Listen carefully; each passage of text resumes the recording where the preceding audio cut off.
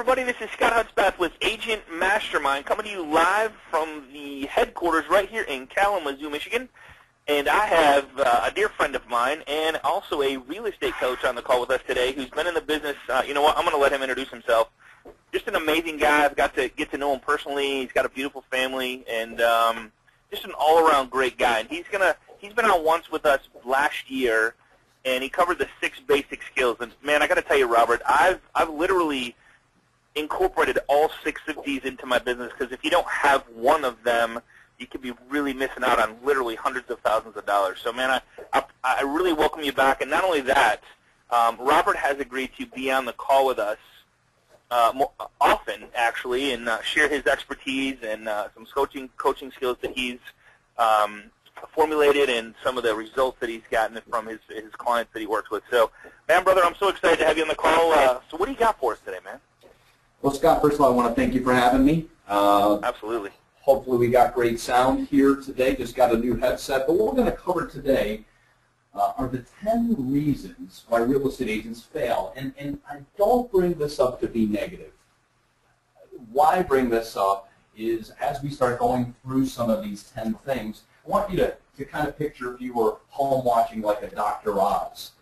If he's going to give you 10 foods that you should stay away from, that's good information to know. He's not being negative. He's just saying, hey, to have a better performance or for your body to look and feel better, stay away from these 10 foods. I'm going to show you 10 things that are absolute cancer for your business, and you need to stay away from them. Then after that, what we're going to do is we're going to show you 6 things that we call the 6 basic skills that you have to do these 6 if you want a long and lasting career. So that's what we're going to do. We're going to talk about 10 things to stay away from and 6 things that you must do.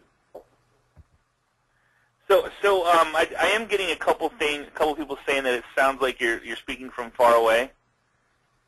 And I don't know why that is. I thought it was just me, but I guess it's not. Do you want to take over while I call in for a second, Scott? Do you want to do that? Absolutely. So, okay, so Robert's going to call in here. Okay, cool. So give us just 1 second, guys. Robert's going to actually call in to go to webinar. I apologize for having a little technical difficulty. No big deal. But I've known Robert for quite a while. Hey, Robert, if you click the audio on the GoToMeeting screen, there's a little button that says telephone there. Okay, let me get back to there. There we are. Right There's audio, and then click telephone, and then it'll give you the numbers to call. It'll kill the microphone.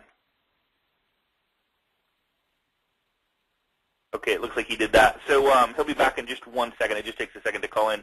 So so what we're going to cover today is the 6 core values of a successful business. I won't even say real estate business, because when you have these 6 core values, yes, some of them relate to the actual real estate business, but for the most part, once you understand these 6 core values, you'll be able to use them in helping your referral partners, your CPAs, financial planners, anybody that has a small business.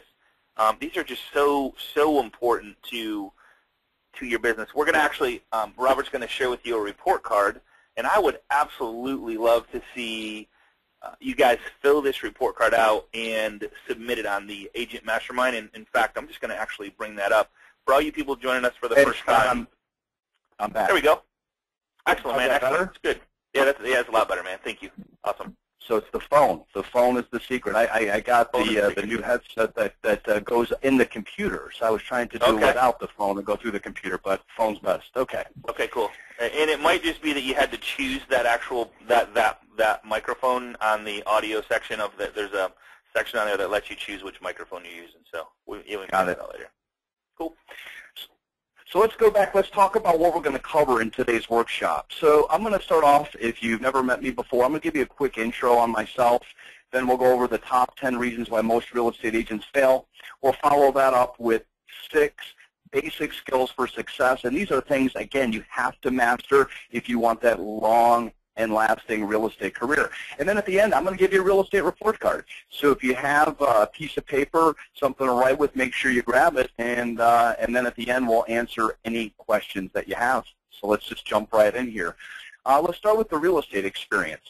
I got licensed to sell real estate back October 19th, 1998. So I'm in my 16th year I started with Coldwell Banker. I was up for Rookie of the Year for the whole state of Florida. I didn't quite finish my first year there. I moved on, and I went and spent about 4.5 years at RE/MAX. I was the broker manager of a company, an independent office, and then I started on my own independent office in 2004, and that's where I'm at currently. Since then, I've been coaching and training and mentoring agents for about 12 years now, and my team is sold and closed. At the end of 2012, we had already reached over 1,200 homes, $250 million in production. And then I got a call from Business Leader Magazine. They voted me one of their top 50 entrepreneurs for 2012, which was a nice honor. Yeah, it was a cool award and a very nice honor. So Scott knows I'm also do a lot of video marketing. Video changed my life. I started doing it 3 years ago, and all I knew how to do was point the camera and shoot.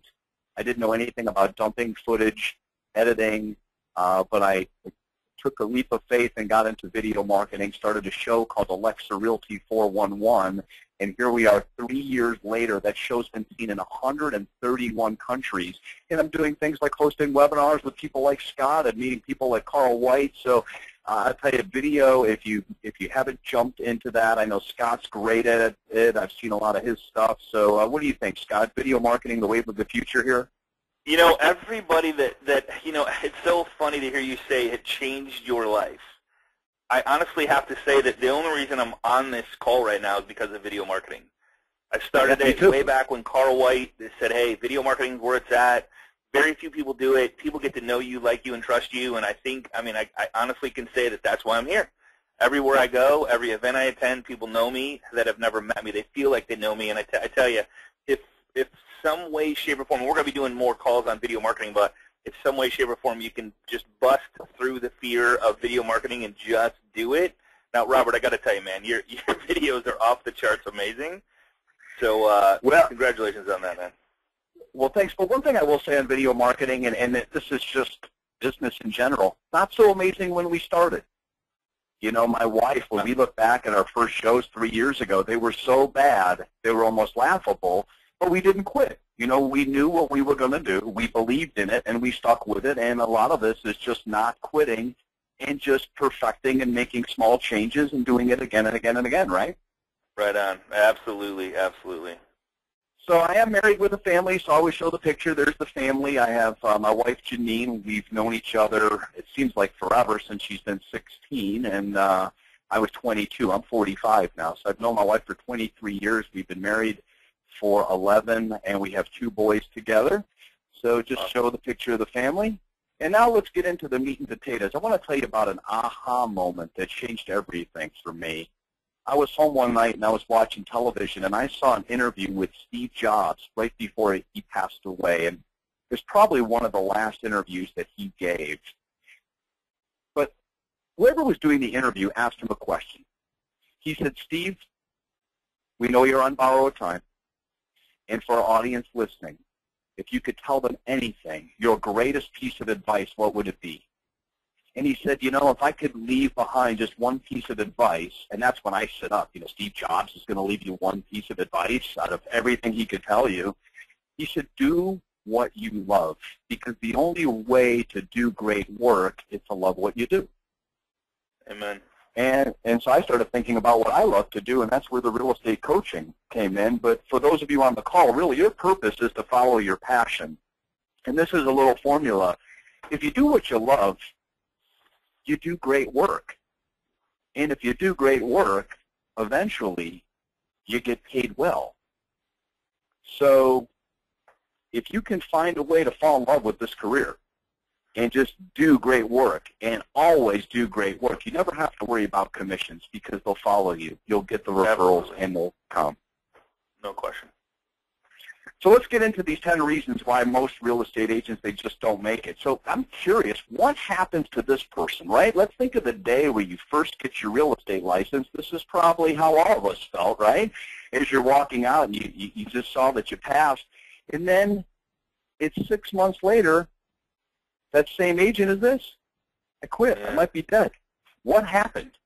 What happened in 6 months that 50% of the people don't even make it through their first 6 months. 80% won't even make it through their first year. But in the first 6 months, 50% of these people, they're out. So I'm going to give you my 10 reasons. And if you're guilty of any of these 10, these are things you have to stop because they're causing cancer in your business. And we don't want cancer in your business. We want your business to be cancer-free so it can just grow and it can flourish. Number one is unrealistic expectations. Why did you become a realtor in the first place? I've interviewed hundreds of agents for my brokerage over the last 10 years. And here's what I hear. You know, I got my real estate license really because I like looking at houses. Does that mean you're going to be a good realtor because you like looking at houses? That's a fraction of what you do. Just a fraction. That might be 1% of what you do. How about this? I got in the business because my realtor was lousy. We've all heard that.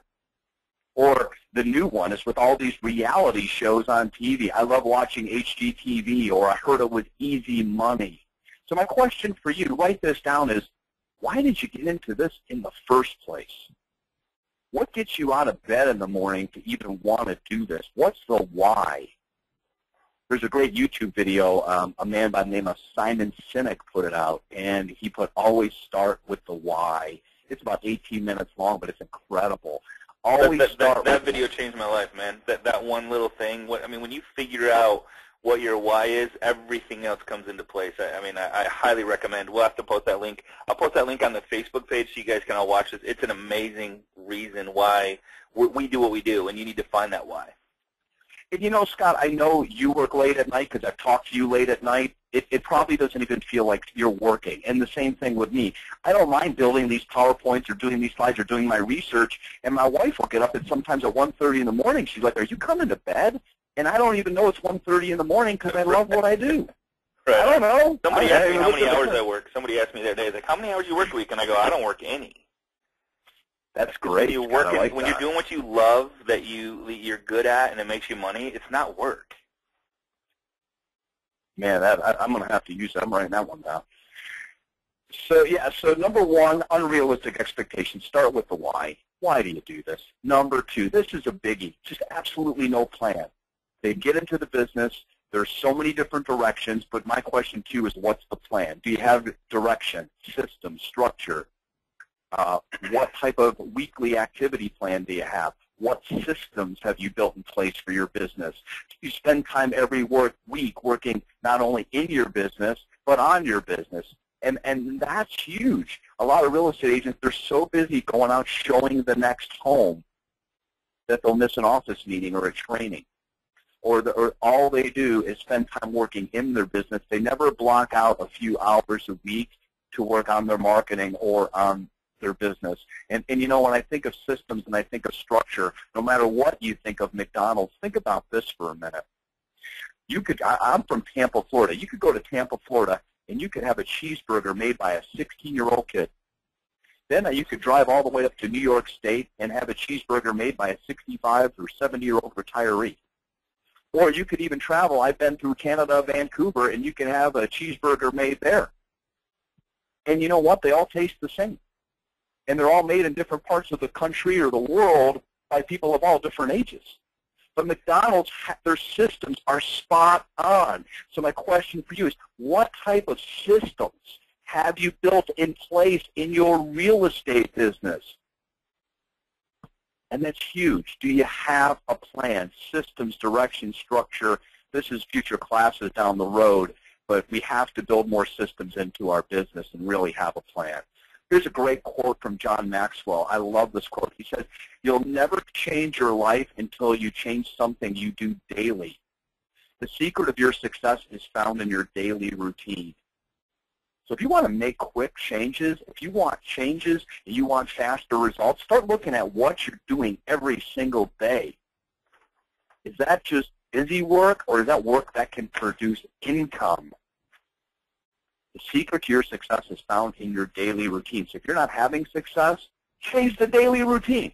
It's that simple. Yeah, you know, it's funny that you bring that up. So that, you know, the people that we talk to on a one-on-one level, so when I get there, you know, when I find out what their production is, and I say, hey, how's it working for you? And they say it's not. then we're going to scratch everything that you're doing right now because it's not working, right? And we're going to try a different routine, a different strategy, a different what you're going to do during the day has to change because what you're doing right now isn't working. And that's one of the first things we look at is what is working, what isn't working, but then what do you like to do, which you've already brought that up, and more importantly, what do you love to do? And that's just, I mean, what you just said hits everything. If you're not happy, you have to change something. It's got to be like what you do on a daily basis. Yeah, and I remember I was sharing that with you and Carl when you were in town, I saw an interview with Darren Hardy. He's the CEO of Success Magazine. And he said, he went and actually bought a stopwatch when he was selling real estate, and he put it around his neck. No, wait a minute. No, so everybody on this call, like if you're going to listen to anything on this class right now, this is like, I think Carl and I were speechless for about 30 seconds after you said this. So yeah, you're not paying attention right now. Yeah, listen to this one piece because I think you should try this, and I think it'll blow your mind. Yeah, so buy a stopwatch, and this is something you really should go and buy. This isn't anything you should do with your phone. Buy a stopwatch, put it around your neck. And back when Darren was selling real estate, he said there were 3 things that produce income. One is negotiating contracts, going on listing appointments, or prospecting. I'm going to say it one more time. Negotiating contracts, going on listing appointments, or prospecting. So if he got into the office and there were no contracts to negotiate that day, well, then he prospected or he went on listing appointments. And when he would go on a listing appointment, he would start the stopwatch, and when he got back in his car, he would turn the stopwatch off. And when he was making his calls, he turned the stopwatch on, and when he was done making his calls, he turned the stopwatch off. And the point is, when you get home at the end of the day, whether you've worked an 8-hour day, a 9-hour day, or let's say maybe you even worked a 10-hour day, the idea is when you get home at night, take a look at that stopwatch and see just how long or how many hours, and you might be surprised, it might not even be an hour. You spend 10 hours at the office, but you only did productive income-producing work for less than an hour. But you were gone from home, gone from your family for 10 hours, but you only did what you were supposed to for less than 1. Is that crazy or what? It's insanity, dude. And here's what I like to do to take that to another level. Is so figure out, like, put in the number of what you made last year. Say that, let's say $100,000, okay? There's 2,080 hours in a typical 40-hour work week, all right? So I'm going to divide 100,000 by 2,080. And that number is $48 an hour. Now, you got your stopwatch. It's not on. You look down at what you're doing, and I ask myself, would you pay someone $48 an hour to do what you're doing right now? And every time the answer is no, I would not pay someone $48 an hour. But the reality is you are paying someone $48 an hour because you're doing it. When you could be out doing those 3 things Robert just said with the stopwatch on your neck, prospecting, making calls, listing appointments, that's the huge changer for you. You got to start doing money-making activities, reduce and delegate, and delete the rest. Yep, that's it. I mean, that is it. So if we keep moving on, let's take it to number 3, right? So number 1 was unrealistic expectations. All right, and then number 2 is if I just back up to number 2 right there, they have no plan. So now if we move forward, going forward, number 3 is we don't run it like a business. Now, Scott, I'm sure you've seen this. You get real estate agents, and this happens to me all the time. They'll miss a coaching call. They'll miss a webinar like this. And when I talk to them, I'll say, hey, we missed you at the training today. And they said, yeah, I had to sell a house. And here's my point. You can sell a house at any time. Get out of the mindset. I guess it's a mindset. Agent number 1 on the list, he sells houses. Agent number 2 off to the right, she runs a business. See, the problem with selling houses is you sell one. You get 1 commission check. You put that 1 commission check in the bank. You pay your bills. What happens? You're broke. Now you got to run out and chase the next sale. So this is what we see with real estate agents. They're constantly chasing the business, almost like the rabbit who's chasing the carrot. It's one sale at a time. You're chasing one. And so what I'd rather see is you sit down and build these 6 core skills that I'm going to show you and work more on running a business than selling houses. One thing I like to always say and tell to myself, it's impossible to chase 2 rabbits. Impossible. So you either chase the listing or you chase growing a business. Which one is going to better suit you short term and long term? Yeah, and we all know the answer to that. I mean, right on. A lot. And a lot of agents they'll still take, I'd rather have the listing today. And me, I'll pass that listing up today to know that I'm establishing some type of system or building some type of system in place that's going to get me 5 listings next month. I'll pass the listing today. I'll take the 5 next month. But that's the reason why we're doing this call today, is to get agents thinking more with this mindset. So question, what business are you in? And if you answer the real estate business, that's not the right answer. The business that you're really in and that mindset, you're in the marketing and strategy business. And you have to spend time, like we said, with the John Maxwell quote, working on your schedule, investing, and coming up with new ideas. So the number 4, let's bring up number 4. Are you guilty of no investment? And here's what I mean. What do you invest in your business? Think about your real estate business for a minute. What do you invest? How many hours? Are those quality hours? That's the old stopwatch test. How much money do you invest in your business? Do you have a website? When I say a website, I don't just mean the generic boilerplate website that maybe your company gave you. Do you have something that can maybe give out free reports and track leads? And do you have a lead system in place? And the reason I put that, again, that picture of Steve Jobs over there is because when you get your real estate license, you are the CEO of your own business, whether you realize it or not. You get your real estate license, you hang that license with a broker, you are the CEO of Scott's real estate business. Scott's the CEO of it. Robert is the CEO of his, right? Right on. You're your own .com is what I like to say. You are your own CEO. .com. Yeah. Now this one drives me crazy. Not only do real estate agents not make an investment in their business, but if you've been doing this for quite some time, I've seen this where an agent's making $5 grand, $7 grand a month, but that's just enough to pay the bills. And then they have this 1 month. I was coaching an agent in November. They made $28,000, and they were one of the 5 to 7. Every month it was 5, it was 7. What happens when you have that 1 month where you make 28 or 30? Mm-hmm. Here's the time. When you make it, how will you spend it? When you have a couple of good months where you make 20, 30, 40 in a month, which a lot of real estate agents do, now's the time to set some money aside and reinvest it back in your business, to get the website you always wanted, to join that leads program, to hire that coach, to get that webinar series. This is the time to reinvest. And again, I was coaching an agent that made $28,000 in November, and then Scott, in February, they were complaining. And I'm thinking, how can you complain? Did you invest any of that money? They went on a cruise and took 2 vacations and had a nice Christmas. And the problem is what happens the first of the year with no reinvestment. It's just a death trap.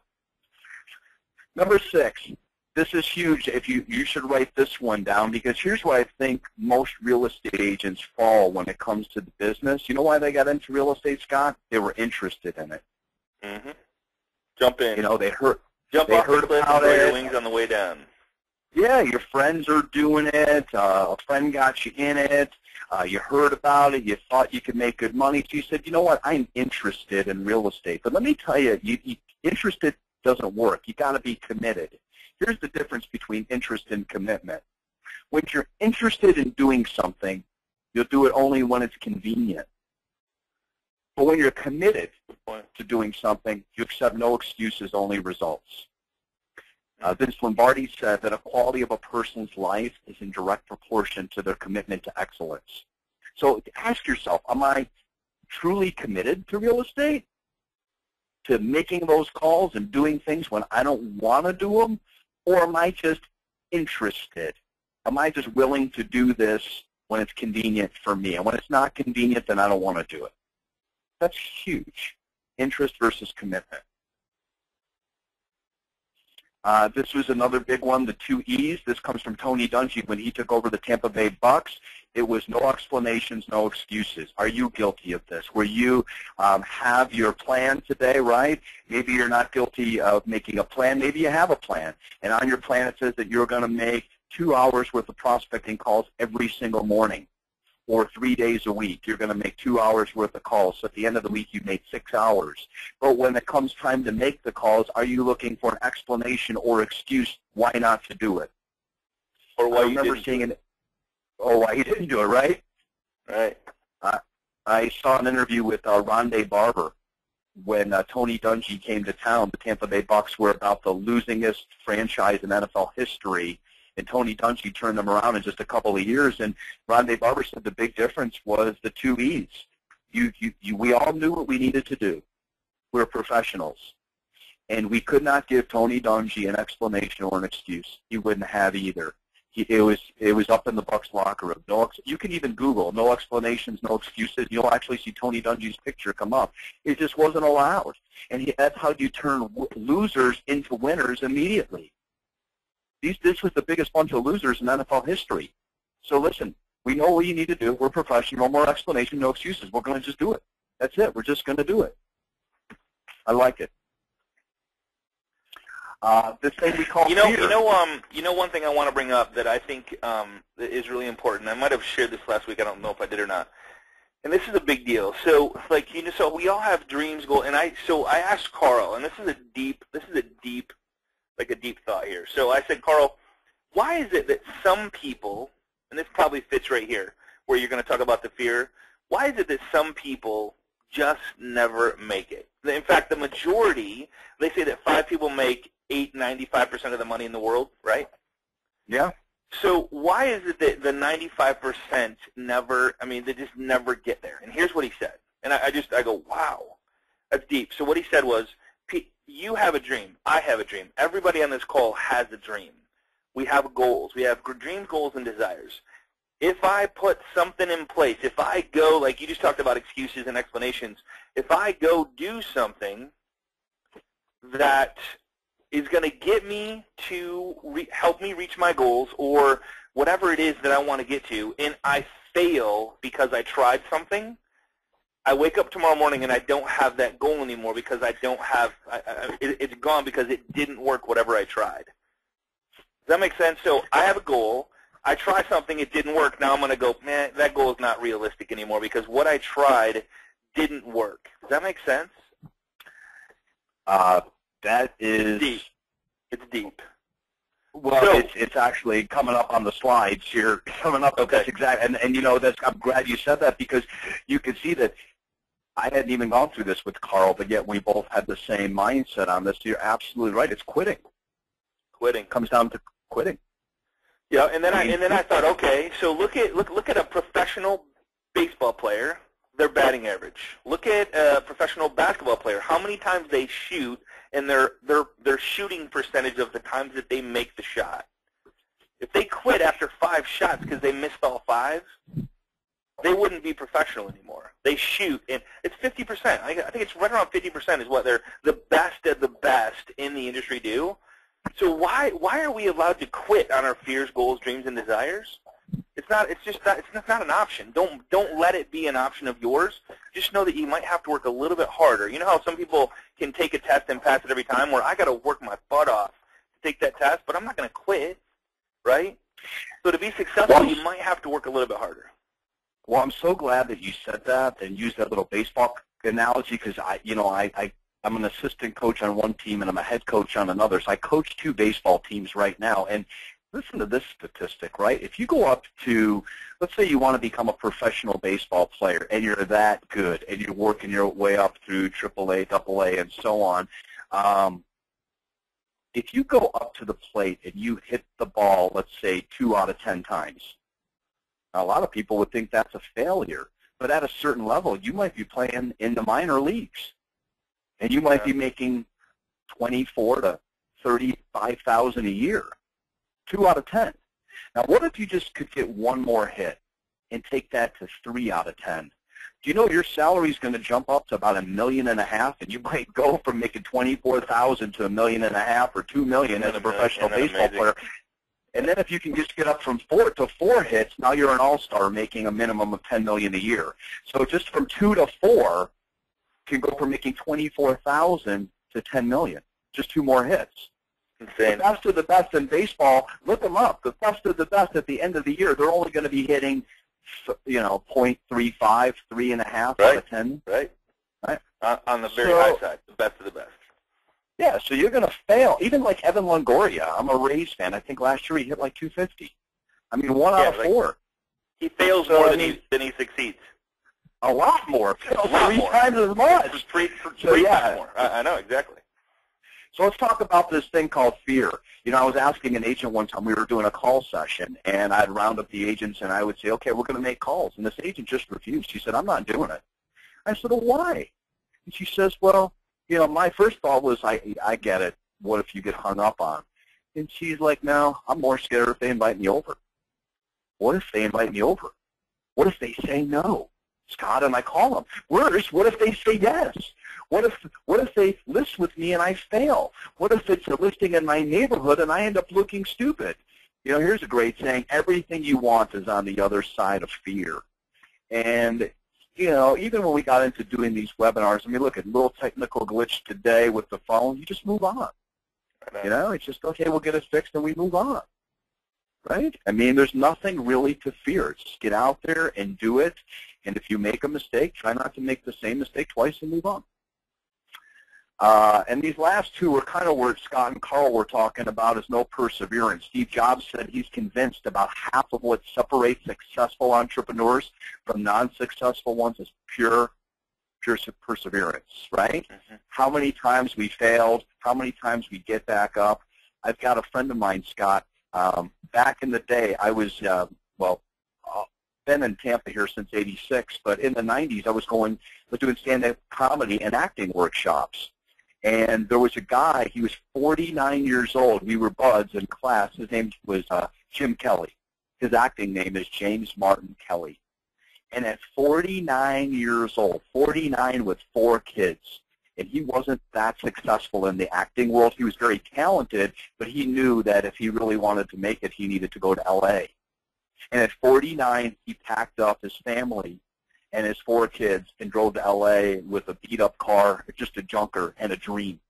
He's been there 10 years. He was on Castle last week. He's been in Men in Black, The Hangover. He just did the movie Jack Reacher. We're talking about a guy who works out in L.A., but he did it. And the reason I bring this up is you want to talk about perseverance. We're friends on Facebook, and somebody posted something on Facebook to him, said, get knocked down 8 times, get up 9. Mm-hmm. And he said, no, get knocked down 4,865 times, get up 4,866 times. So think about that guy, what he's been through. You know, a lot of us didn't get a listing or 2. This guy at 49 took the whole family to L.A. on a prayer, and he did it. Yeah, unbelievable. Good for him. So last is real estate agents run out of money, right? Because here's what happens. Every 30 days we're faced with this stuff, and then they knock on their broker's door, and just like what Scott and Carl was saying, I quit. So to tag along with what you and Carl was saying, look at this here. Thomas Edison, he failed on the invention of a light bulb over 10,000 times before it worked.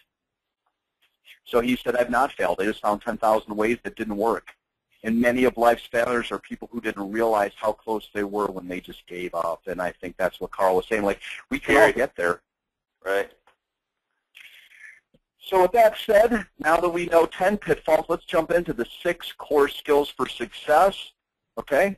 These 6 things, they're not an option. If you're a real estate agent, you have to master these 6 things. Number 1 is lead generation. You got to have a constant flow of leads coming in. And we're going to break down these one at a time. So I'll skim through them, and then we'll get into them one at a time. Number 2, database management. You got to have a database where you can market, especially email marketing, to your clients today. Number 3 is prospecting techniques. You got to know how to prospect. Number 4, presentation skills.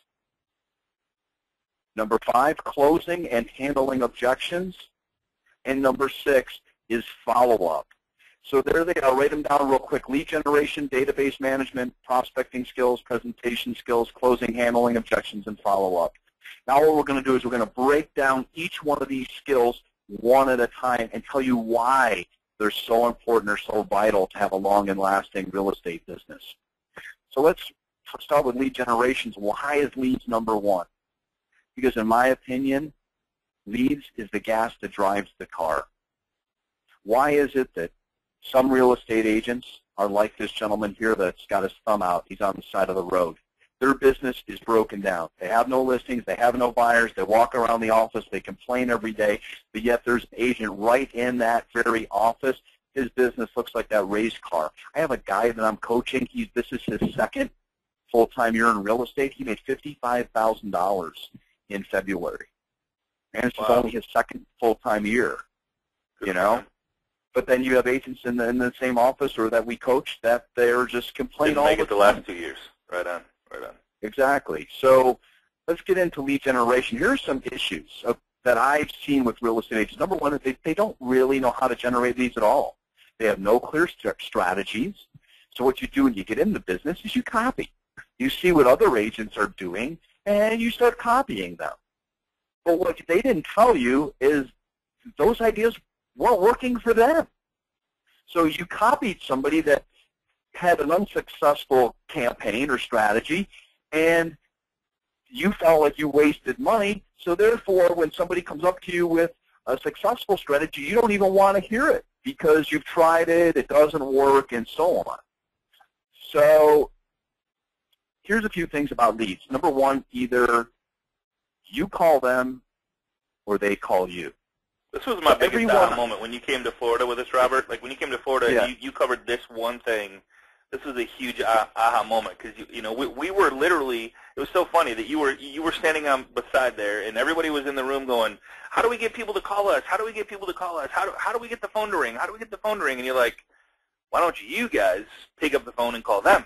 And I'm like, "Whoa." This is crazy. Yeah, that is so true. Scott and Carl invited me to one of their boot camps, and these guys have great boot camps. There's a lot of, you guys have some powerhouses in these boot camps you throw, but they were in a deep, heated discussion. You guys invited me there to speak, and I got there about 30 minutes early, and that was the heated discussion, was how to make the phones ring more. And I was sitting in the back, and I'm like, you know, it's either one of two things. Either if the phone's not ringing, then you got to do something when you go to work. And you got to pick up the phone and call them because it only works one of two ways. Either they call you or you call them. So what I always ask real estate agents is, did anybody call you this week looking to buy anything, looking to list anything? Because if they didn't, then you better be on the phone calling them. Okay? So a question, how many leads do you generate a week? And we can help you with all of this. Do you have a return on investment? What type of return? I asked a question, Scott. I said, how many agents would pay me $7,500 for a lead? Guess how many agents raised their hands? There were 50 in the room. Nobody.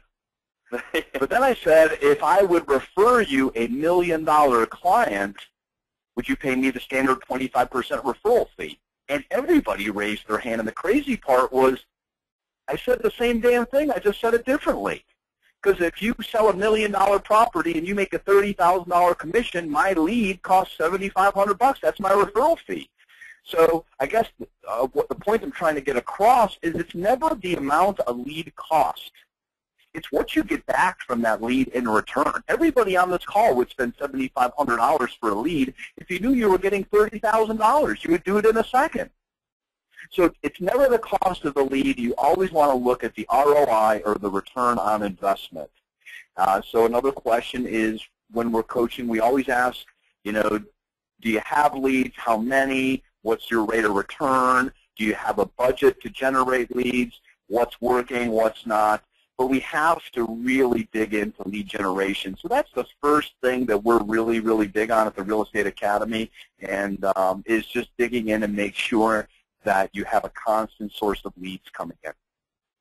From there, we take those leads and we go to our core skill or basic skill number 2, which is we take those leads and we put them in our database. Okay, so my question is, do you have a database? If so, how many contacts? Everybody, just so you know, everybody has a database. You say you don't, but you do. We all have a sphere of influence, and they all buy homes, and they all know people that buy homes. You guys, if you were on the call the last 2 weeks with Michael Mayer, you'll know that it's, I mean, to get to 150 people in your database is not hard. It's just how bad you want it and how fast you want to get there. And then we call them ambassadors. If you missed those last 2 classes, get with the loan professional they sent you here to not only get a copy of this recording, but the PowerPoint as well. And man, I'm telling you, the database management and the follow-up is the #1 thing for me in my business. Because the more I follow up, the better the relationship I build, the deeper I go with these people. And they all, if they feel appreciated and you let them know how much you appreciate them, they will send their friends, family, and coworkers to you day after day after day. You know, and you just have to reach out to them. Yeah, absolutely. I started coaching a girl. Her name is Mimi, and we started doing it last year. And she didn't have a database, so there's affordable ones out there. I mean, I found one for $99 a year, and what I like about it, it's not filled with 100 bells and whistles that you'll never use. It's very basic, but it gets the job done. So I know she had a limited budget, so I recommended, that, like I said, a $99 per year database. 1 year has gone by, and she has about 80 clients in there. Now, she's on her 3rd sale, Scott, this year from her database, 3rd. What she does is she sends out a weekly update, kind of like I do, but she doesn't do it with the video. How long does it take to find a real estate article about anything on the Internet? 5 minutes? 2 seconds? Yeah. Yeah, so she'll just say, hey, I have found this. Flood insurance reform just got passed.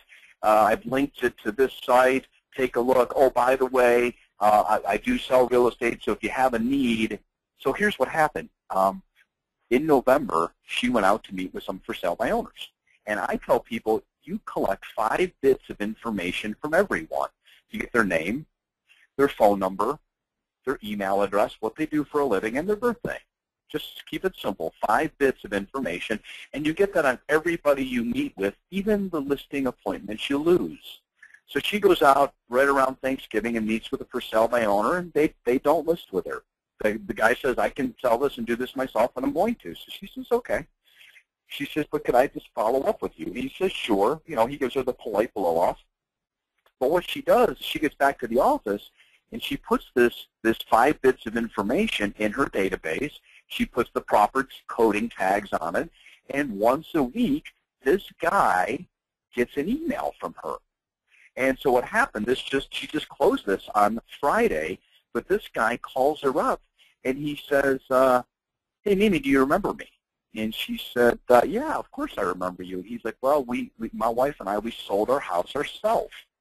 And she said, well, congratulations. What can I do for you? And he said, well, we picked out a home for $465, and since we didn't use you on the sale, we thought maybe you could open a door for us and write a contract. She made like $12,000 on Friday over a $99 database and an email. And this is she's done 3. So she's on pace. She's doing 1 a month from her database. But if we just give her 10 for the year, she's going to make 50. You gave yourself a $50,000 a year raise, 50, just by working your database. That's powerful. Cool, man. Yeah.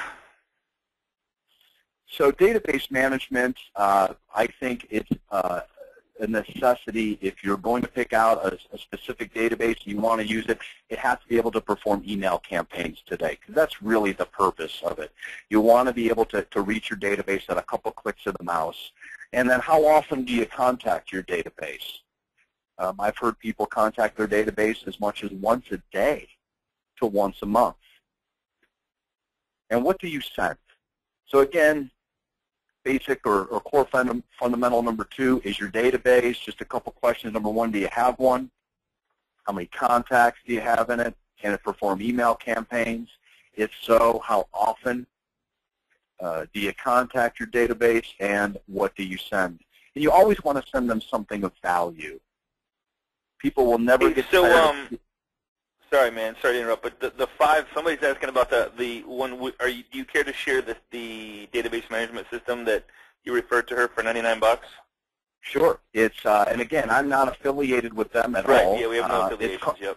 Yeah, it's called RealtyJuggler.com. Okay. RealtyJuggler. And then I'll give you a quick story on that. I was using a software called Top Producer, and that's just because like I said on a couple slides before, I was following. It's what we do is we just follow what we see other agents doing. That was an online software, Top Producer. It's $40 a month. Not that $40 breaks the bank, but here's the problem. $40 a month, and it comes with 100 bells and whistles. Well, as a real estate agent, I don't need 100 bells and whistles. I might need a dozen. So what Realty Juggler did is they got rid of the 100 bells and whistles. They might have 15 or 18. You might only need a dozen. So what they did is it's not $40 a month or $480 a year. It's $99 a year. It tracks all your deals. It does email campaigns and so on.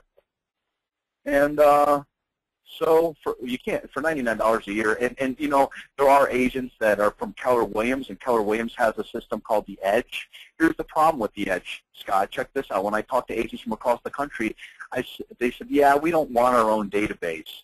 We use Keller Williams' database, the Edge, and I think that's great. But here's my question: what happens if you and your broker get into it one day, just over something? Right. And you just decide there's an opportunity to join a different company or to make a right or left-hand turn. Right. What happens to your database? Who owns that database? And they're like, well, we don't own it. The company does. So why wouldn't one of your greatest assets, maybe your greatest asset, I mean, Scott, you said database and follow-up. I can't live without my database. Everything. So you gotta own your own database. I don't care who you work for. You have to own your own database. It has to belong to you. And for $99 a year, I don't think you should even question that. Paula says, I use Realty Juggler and love it. So there's another third-party verification there. There you go. Realty Juggler. So Realty Juggler. Sorry, man. Go ahead. Realty Juggler. So let's move on to number 3 on the list of our 6 skills, and that's prospecting or prospecting techniques. So one thing that, and I've had the opportunity to coach one guy that I was working with, Scott, who's making over $900,000 a year as an agent, and I was just picking his brain, just wanting to know, you know, and him and I were doing a lot of the same stuff. Number 1 is we were prospecting 4 to 6 hours a week. And why we do that 4 to 6 is because we want to get 1 appointment per hour. And 4 is the minimum I want to go on, and 6 was normally the max. With my schedule and everything that I was doing, I could go on 4 to 6 a week. 4 to 6 at-bats a week. The perfect amount of appointments for me in a week was 5. Why I used to book 5 is because 1 always canceled. So if 1 always canceled, I was left with 4. And I was like that Evan Longoria. I felt if you gave me 4 at-bats per week, I was at least getting 1 hit. Always getting 1 hit. So yeah, just a little bit of, sorry, buddy, just a little bit of clarification. We're not saying what Keller Williams does or doesn't do. We have no affiliation with Keller Williams. We're just saying that if you have your database system tied up into any database system, and say, for example, I don't think this is going to happen, but Realty Juggler, your database is in there, and it goes down, it shuts down. Like, for example, I keep all my database in Google Contacts. I have 9,000 people in there. If Google shuts down tomorrow, it's gone. I can't get it back, right? That's all we're saying is just protect your database. Is hundreds of thousands. It's retirement for you. It is something that you can build deep relationships with that is so valuable you can't put a price on it. The deeper you go with your database, the more referrals you're going to get and the more relationships you're going to build, and it just never ever ends. It's like you're rolling this rock to the top of the hill. Once you get a database of people that know, like, and trust you, it doesn't even need to be that big. Literally, that rock goes rolling down this hill, and forever and ever and ever, and your business just goes through the roof. And it's just a really good thing. So we're not saying Keller Williams doesn't give you your database. We're just saying protect it with everything you have. Yeah, and again, I agree with you, Scott, 100%. It's not to knock anybody. It's just to say, look, you need to own your own database. Right on. That's just my belief. If you're in real estate, both Scott and I agree that this is probably your biggest asset, is your database. This is what you could sell when you want to retire. This is what, like I just said, that agent that I'm coaching, Mimi, she's going to make $50,000 just using this thing correctly. So to invest $100 into something and then you own it, or it belongs to you, not a company, and you can feel free to do whatever it is that you want with it. It just gives you a little bit more freedom. That's all. So going on to prospecting, I always prospect 4 to 6 hours a week. We always have to make sure we have enough quality leads to call. We want to track our results always, how many people answered, how many people didn't, what our ratio is between how many people answered. You know, back when I was calling all the time, I was usually 1 in 3. If I could get 3 people on the phone, I would get invited over. So then it's just a numbers game from there. You got to build in the systems, stay committed. We talked about that. Here's the big thing about prospecting. Don't take it personally. Don't take it personally. It is strictly a numbers game. And I'll tell you this, Scott, sometimes I call people and they're just downright mean on the phone. They're just mean. And I used to hang up years ago and I'd be like, what a jerk, and I'd cross them off my list. And I started thinking about it, and you know, the nice ones, they invite you over, but guess who they also invite over? Right. Everybody. So if they're really nice on the phone, oh, this is Scott. They invite their nice friends, absolutely. Yeah, man, come on over. Yeah, you can see the house, sure. So what? They're going to invite 20 to 30 realtors over. And the mean people, if you can get in with them, they're so mean, they might only have 2 to 3 agents over. But the bottom line is if you treat it like a numbers game and you realize that 60 to 70% of these people are going to need an agent within a month, I'd rather be over with the mean people because you got a 1 in 3 chance versus the nice people who invited everybody over. So I guess the reason for bringing this up is if somebody is not that nice to you on the phone, instead of crossing them off your list, just say, I understand, could I follow up with you? And even if they hang up on you, call them back in 2 to 3 weeks. Because if you can get in with the mean ones, nobody else is. Just, again, numbers game increases your odds, your chances of getting listing. And what Scott was talking about with Carl is that everybody fails. Understand when it comes to prospecting, just like taking those baseball swings, you're a superstar if you get 3 out of 10. Of course. So if you're only getting 1 out of 10 or 2 out of 10, you're not failing. Home run, man. Home run. Absolutely. So prospecting is huge. Next, what happens when people invite you over? So you mastered the art of lead generation. You got leads are flowing in. So then you don't waste the leads. You put them in your database, and then you call up, and you got your prospecting techniques and your scripts down. But now people are inviting you over. So now you have to give a presentation. First question, is it automated? Do you have it on like a PowerPoint? Do you have it on your iPad? I'd love the, you know, I just got back from Orlando, and my wife asked me if we wanted to go on a timeshare, to go see some timeshares, because my wife's getting this vacation bug, and I wanted to go. I sat through a 90-minute pitch just to watch it all go down. And the Marriott, guess what they do? They give you a whole presentation that's on computer. They want it to be visually pleasing. So just to piggyback off of what the Marriott's doing, their presentation's automated. Their guy practiced it. We were not the first person he gave it to. He was well-versed and well-practiced. How many presentations or appointments do you do a week? That's a lot of the problems that real estate agents have. They just don't get enough swings or up to the plate as much per week as they should. Do you show up prepared to a presentation? Even if they don't sound like they're going to sign with you, you should still show up prepared. How many times I went because I thought someone was just going to tell me, hey, I don't really want to talk to you, but you can come over. And when I showed up, they were nice, and I could have kicked myself because, you know, if I would have had my presentation and all my comps together, I could have ended up getting that listing. So you always have to show up prepared. Make sure that your presentations are verbal, visual, and interactive. Okay, there's statistics on this, but you know, if it's verbal, they're going to retain so much. As soon as your presentation goes visual, that's why you want to bring the PowerPoint. If you don't have a PowerPoint or an iPad, bring a book. Bring a presentation booklet. You got to give them some type of visual stimulation, and when you get them, I would always get people involved. And you know what? this guy asked this at the Marriott, and I asked this as well. This is a great way to start off the listing appointment. Ask the seller, hey, Mr. Seller, I want to thank you for having me over today. But before we get started, I just want to know, what do you know about the real estate market and about selling houses? What do you know about it? Deflate them. Isn't that great? That's awesome, man. Well, That's awesome. Yeah, if they know a lot, then maybe there's some things you don't have Nowhere to go. Absolutely. Yeah, but if they don't know anything, they're kind of directing you. So you ask them, what do you know about selling homes or about how the real estate market's doing in general? And then you can kind of tailor your presentation right there. One thing real quick about, I know we're running out of time, and I appreciate you guys hanging with us. We got some good stuff to cover still, but I mean, only a couple more slides. But for me, you guys go to, here's a perfect relation. You go to a restaurant, and you got a menu with pictures. You're like, okay, that looks good, that looks good, that looks good. But you got a picture with you got a menu with no pictures in it, and what do you find yourself doing? When the waiter or waitress walks by, you're looking at the plates of food, right? You're like, ooh, that looks good. Ooh, that looks good.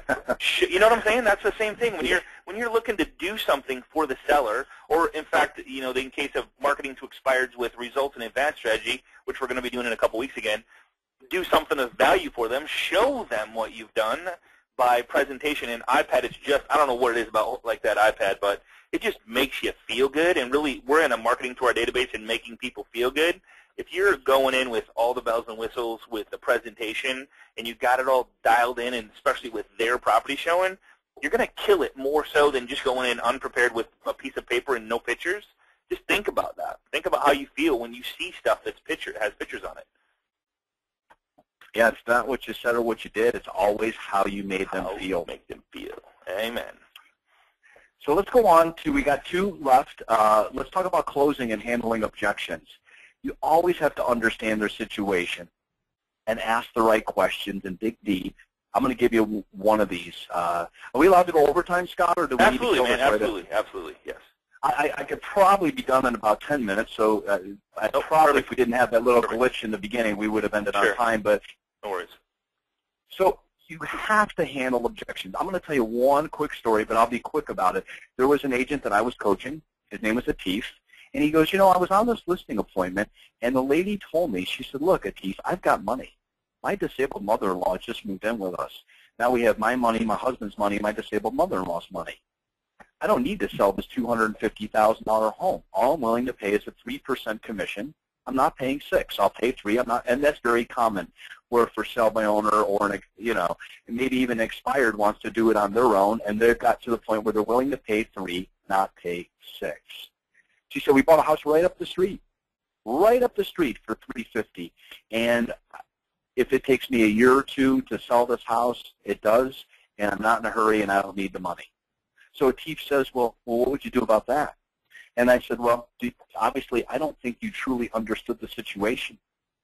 And you have to ask the right questions, and you have to dig deep, and you have to look for a problem.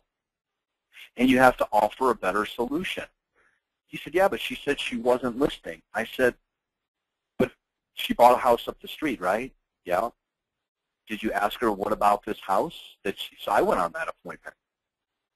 And I asked her, I said, I understand you're not going to list, but you have 2 houses now, right? What does this one house cost you? That you're moving into the big house, this one for $250,000. It turns out by the time she penciled out her house payment, her mortgage payment, her taxes, her insurance, her pool guy, her landscaper, the electric bill, it was about $3,200 a month she was going to spend just to keep a vacant house afloat because they were moving into another house. And all she was saving in commission was $7,500. So she wanted to save $7,500, but even at the cost of spending $3,300 a month out of her bank account, out of her mother-in-law's checking account. I mean, how many months does it take? 3 months and she's negative. Yeah, so when I started showing her the math behind her decision, I said, I understand you have money and you don't need a realtor. I get it. I'm on your side, but here's one thing you didn't think of. If this takes a year, like you said, do you know you're going to go through $40,000 having 2 homes? So you're going to spend $40,000 to save $7,500? So look at how I closed and I handled objections. I understood the situation. I didn't listen to what she said, which is, well, I'm not listening, I'm not listening. I was beyond that, and I was really trying to understand the whole situation. You got 2 homes. You got a disabled mother-in-law, you got 2 homes. I asked the right questions. I dug deep. I found what's the problem. I think one thing about closing, Rob, is Robbie, is I think people go into it with scripts and like, okay, I got to say this, I got to say this, I got to say this. You know when you're talking to somebody and they ask you a question, you give them an answer, and then they ask you a question that has no relation to the answer. It's Absolutely. like, Happens all the time. what did you just ask me? Like they're not listening. They're only thinking about the next question. Like when I go into a coaching session with a one-on-one, I'm like, I have certain things I want to cover, but if that person goes in a direction that I think is going to benefit them, then I go that direction. You know what I'm saying? So like I think it's so important. I can't stress enough how you said to listen to what they say and let that sink in and go, okay, is this a benefit? Because what you really did was go, here's the pros and cons of keeping this home. The pro is, yeah, you got it, you got your money in the bank, but the con is it's going to cost you this much money per month. If we sell it in 2 months, we're positive. If we sell it in a month, we're like way positive. If we take longer than 3 months, it's going to cost you not only $3,200, but every single month thereafter. So if you can show them the breakdown of that, I mean, if you were just going and going, ah, crap, man, that didn't work, I got nothing. But if you were truly listening, going, okay, how much is it going to cost? I think that right there is going to save somebody on this call a sale eventually or a listing, because if you just go into it going, what is it truly going to cost to keep this home? That is a powerful close. Well, here's why that is really powerful, Scott. It's because you should come up with closes for every objection that you get. Absolutely. And Absolutely. if you're on this call, this close that I just threw out, you can use every single time somebody tells you, I'm not listening. But you know, if you go on 10 appointments, probably 2 out of the 10, they already have their next house. Absolutely. So this will work probably 2 out of 10 times. No problem.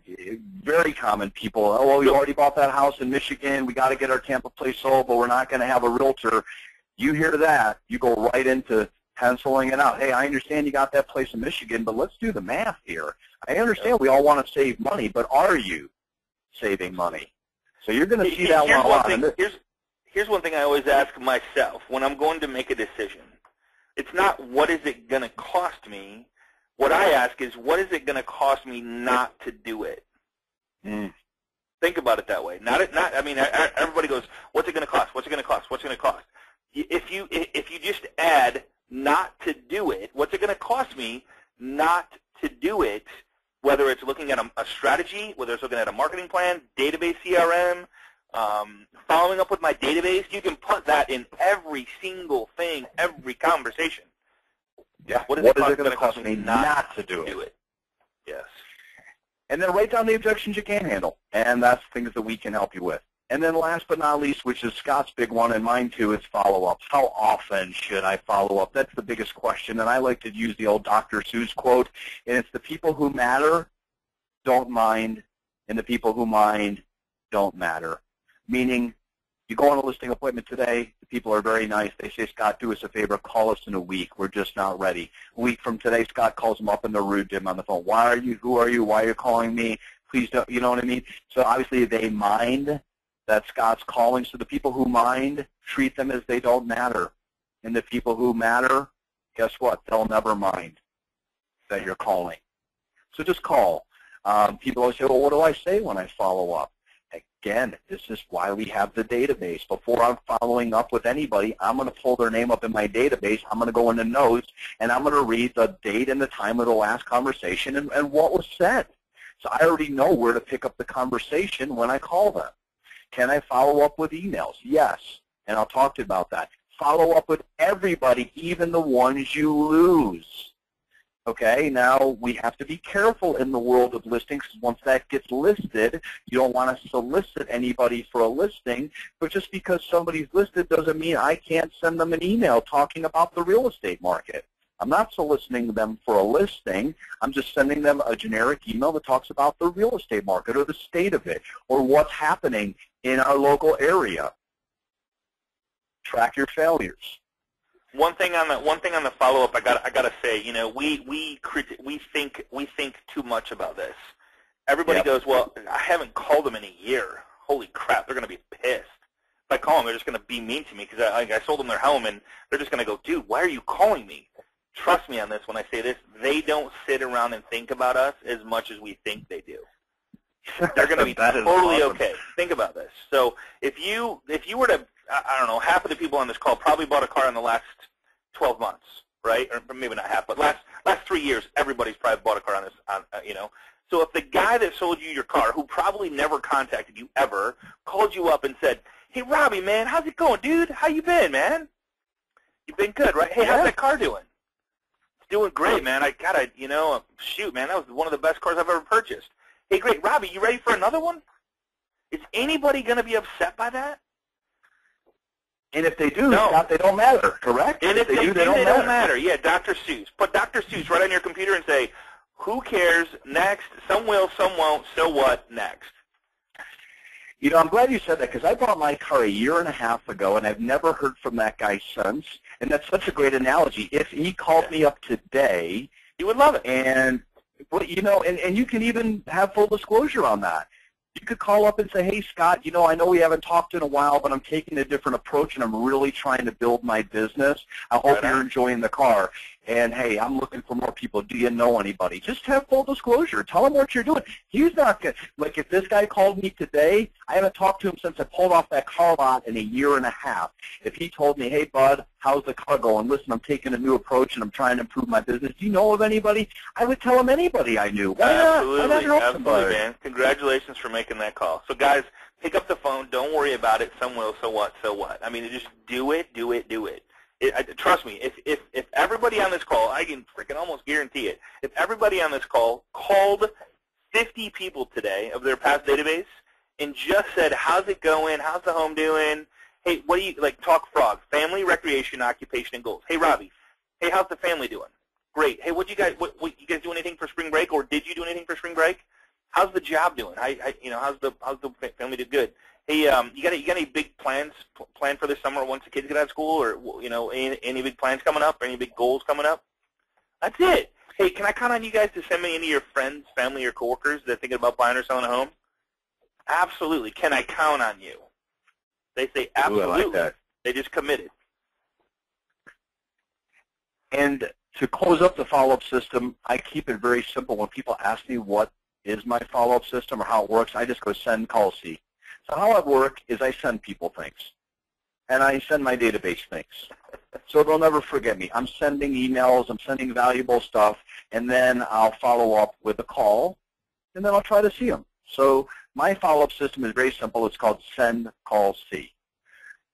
We're down here to the end. Here's some statistics, Scott. Check this one out. This was a recent study. 44% of salespeople quit the first time they hear no. 22% quit after the second time they hear no. So right there, 2/3 of all salespeople, they're gone. 2/3 are gone after the second time they hear no. Another 14% by the third time, and 12% of salespeople quit after the fourth time they hear no. So when you add this up, 92% of all salespeople quit between the first and the fourth time they hear no, but yet 60% of the sales are made after the prospect has said no 4 times. So 8% of the sales are left when the prospect is ready to say yes. 8%. 8. Yeah, and it's probably high. That's probably actually. Yeah, well, I'll bring this whole slide up at once. Look at this. If you're a sports fan, Game 2 of the Stanley Cup and Game 4 of the NBA Finals. This was last year.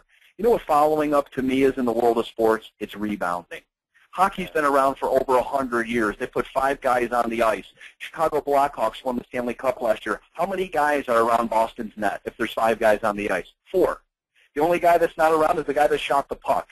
So you got the best shooters in the world playing in the Stanley Cup. One guy shoots the puck, but the other 4 already know that even though he's the best in the world, it's probably not going to go in. So where do the other 4 need to go? Right by the net and get the rebound. Yep. Why is LeBron James the best in the world? 4 San Antonio Spurs around him. He's the best in the world. Why? Because he knows the first shot's not going to go in. He needs to be there for the rebounds. That's why these people are the best of the best. Because in sports, they call it rebounding. In sales, they call it following up. So the point is, right there, last year, both championships, NBA or Stanley Cup, take your pick. It was all done by rebounding, period. Absolutely. It's where the game's won, man. Yeah, and don't take it personal. I mean, people tell you no, don't take it personal. It's just you don't know what's going on in their lives. That's why I always like to think, when when I'm out with some friends and someone treats them in not so good of a way, and oh my God, that person's mean. You don't know what they're going through. When someone says no, you don't know if their dog just died or maybe their mom just got diagnosed with something, or you just don't know what's going on. No means I don't have enough information. I don't know you, like you, and trust you yet. I need more information. I need to feel comfortable. You haven't made me feel good yet. So don't take it personal. It's business. Put on your business cap when you're making these calls and go, I need to make the calls. I need to get the hellos. I need to get the appointment or ask for the business or ask for the referrals. There's nothing else. Get the appointment face-to-face, whether you're marketing to expireds, current listings, somebody calls to see a home, get the face-to-face, because that's when you're going to build the relationships, right? There's nothing else to do. Just get the face-to-face. So what we do at the end is we give you a little real estate report card. And what we do is we take the 6 skills, and we said if we're breaking down real estate into 6 subjects, like school, there's 6 things you got to be good at. And just like school, if you were going to give yourself a report card today, how would you do? How would you do when it comes to lead gen? Yeah. Well, I'm a firm believer if you're a hard critic, if you're a little hard on yourself, then, you'll give yourself a tougher grade. Absolutely. And that's how I am. I'm definitely a little hard on myself. I have a pretty high standard. But give yourself a grade. When it comes to lead generation, how are you? Would you give yourself an A, a B, a C, D, or F? And go through and grade yourself on all of these. And this is just my belief. To have a long and lasting real estate career, you need to be an A or a B in every single category. No question. And here's what I would recommend. Here's what I would highly recommend is grade yourself, be brutally honest, and then hook up with the loan professional, have him fill out the exact same thing, and together work on these things together. Don't go it alone. Go with somebody like-minded who has the same goals, dreams, and desires to help you help yourself, hold each other accountable, and have an amazing business, and teach each other things, and don't take criticism the right way, and take objections the right way. But accountability is where it's at, my friends. Whether it's somebody in your own industry or whatever it is, hook up with like-minded people who believe in the same things you believe in, who have the same passions you believe in, and just go to it. And don't let fear get in the way, and use accountability to help with that. And the last slide, I'll close it out with the 4 questions, is why I've narrowed down real estate to just 6 core skills. It's kind of like Bruce Lee in a way. Think about this. When you get your real estate license, there's 1,000 different directions you can take off and run, and 1,000 different ways you could, pitfalls and areas you can make a wrong turn. So I try to take the whole real estate profession and just narrow it down to just 6 things. And I say just be good at these 6 things. Look at Bruce Lee saying. He says, I fear not the man who's practiced 10,000 kicks once, but I fear the man who's practiced one kick 10,000 times. So the point is, you don't have to be good when you get your real estate license at 1,000 different things. You can't be. You pick a few things, and become a master. And that's the point. Become a master of 6 things. And think about it. If we just recapped it, what if you were a master at lead generation? Leads were flowing in. You mastered it. You're like, man, I got leads. I don't ever have to wait for the phone to ring. Now you take all these leads you're bringing in, and you put them in a database. Therefore, you're not wasting your money. You're not over-calling or double-calling. You're sending your reminders when you're supposed to. You're doing these email blast campaigns. So now your database is working great. Now all of a sudden, you got your prospecting scripts down. You're not sounding like a salesperson. You're calling up and you're getting a lot of face-to-faces, like Scott was just saying. Now when you get there, whether a buyer or seller, you can give them an automated presentation that makes them feel like you are the authority. You're the credible one. It's just not risky to go with you and give you that opportunity. And then from there, It's really just about handling the objections with the ones you're not going to get, and then just staying in touch and following up and just mastering these things. Right on. So that's it, my friend. We went 15 minutes over. Yeah, no, and a couple things here. And I want you guys to think about this, and I hope she's still on the call. Karen said, I bought a car and told the salesman I had 2 kids, 15 and 13. He hasn't called in 5 years, and I have bought 3 cars since then.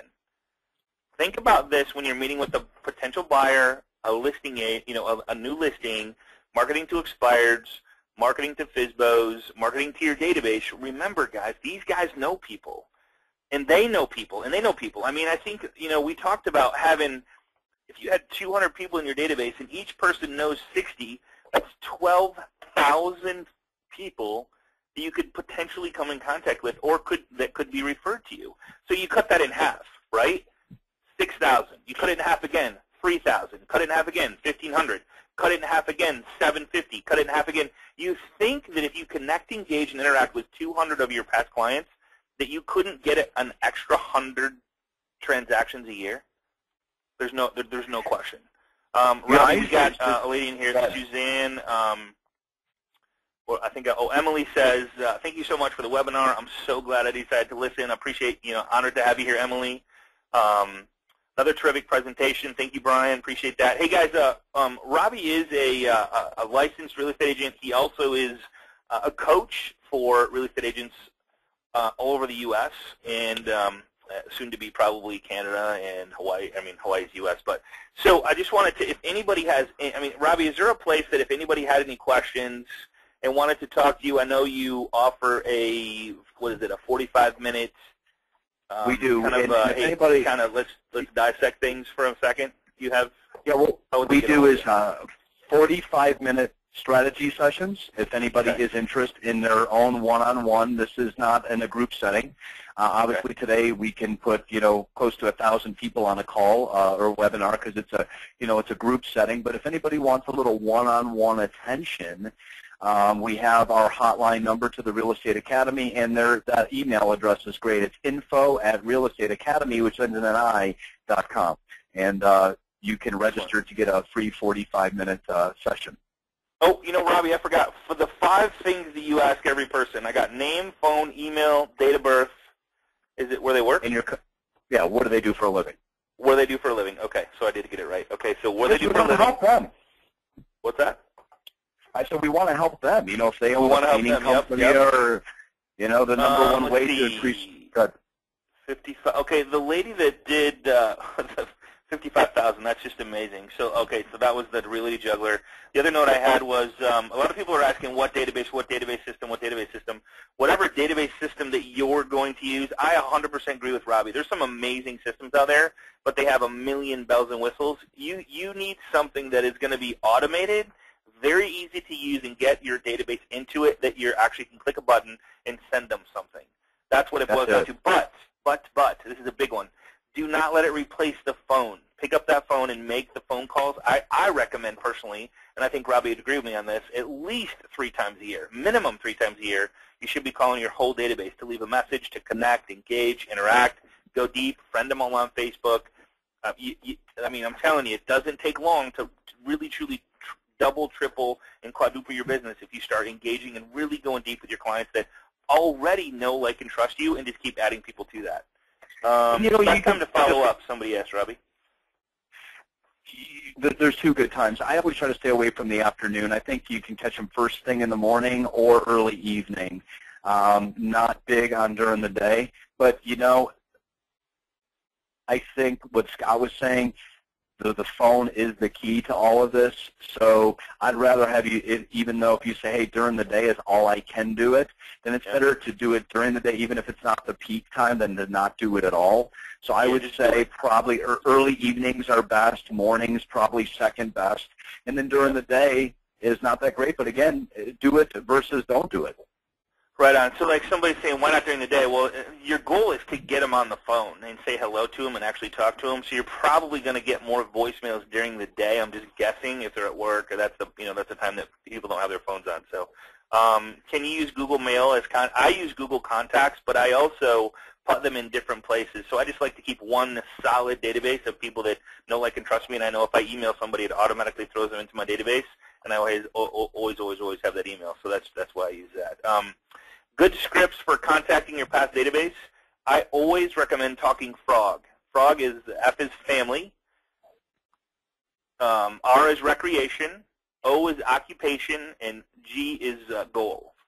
Goals, okay? Family, recreation, occupation, and goals. You can talk that with anybody at any time, anywhere, and it'll always start a conversation and usually turn into a great conversation. So, yeah, hey, Robbie, man, unbelievable stuff. I appreciate you, brother. Can't wait to dive deeper with some of your stuff and kind of go, good with scripts. And I know you're huge on accountability, and we hold each other accountable, and I appreciate that. And I'm just glad to have you part of my life, man. I appreciate you. Hey, you too, man, and thank you for inviting me, and I hope everybody got something out of this. I'm sorry that we ran a little overtime, but again, thanks again, and I hope to be on here a little bit more often, so I appreciate it. Absolutely, man. Dude, you're welcome back anytime you want to be here, brother. I love you, man. All right, man, thank you so much, right, guys, and you guys have a wonderful day. Same time, same place next week. If you're joining us for the first time, join us at facebook.com/groups/Agent Mastermind, and we'll see you here next week. Take care, everybody. Be safe. Bye-bye. Bye-bye.